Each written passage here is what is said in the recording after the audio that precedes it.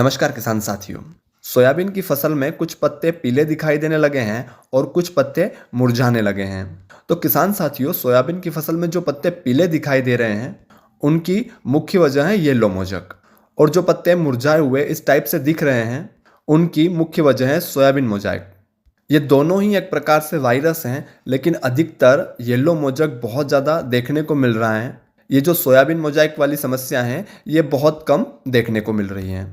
Yellow मोजक एक प्रकार का वायरस है और ये होने की सबसे बड़ी वजह जो है वो है सफ़ेद मक्खी यानी कि वाइट फ्लाइंग, और सोयाबीन मोजाइक जो होता है वो एफिड की वजह से होता है।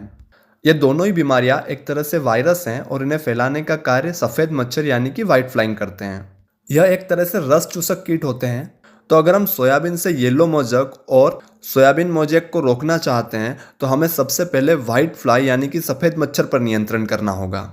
सफ़ेद मच्छर यानी कि वाइट फ्लाइंग को नियंत्रण करने के लिए हम कुछ दवाओं का इस्तेमाल कर सकते हैं, जिसमें हम इमिडाक्लोपिड 17.8% की मात्रा में और थायोमेथोक्साम का इस्तेमाल कर सकते हैं, जो कि सफ़ेद मच्छर पर नियंत्रण करने के साथ अन्य रस चूसक कीटों पर भी नियंत्रण करने का कार्य करेगा।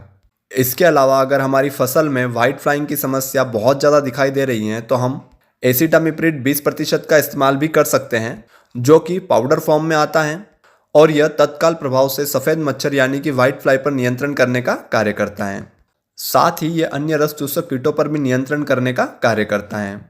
इसकी मात्रा 80 से 100 ml प्रति एकड़ के हिसाब से रख सकते हैं।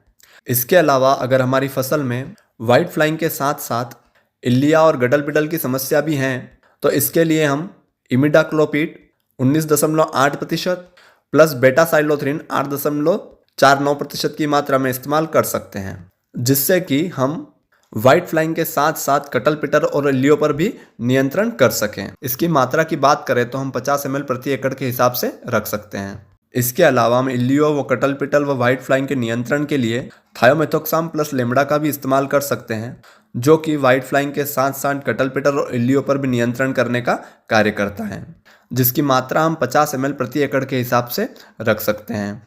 तो इन सब अलग अलग टेक्निकल में से हम किसी एक टेक्निकल का इस्तेमाल करके हमारी फसल में आ रहे वायरस और वायरस की मुख्य वजह वाइट फ्लाइंग पर नियंत्रण कर सकते हैं। तो कैसी लगी आपको यह जानकारी हमें कमेंट के माध्यम से बताएं, और इसी प्रकार की जानकारी के लिए आप हमारे चैनल को सब्सक्राइब करें, वीडियो को लाइक करें। धन्यवाद।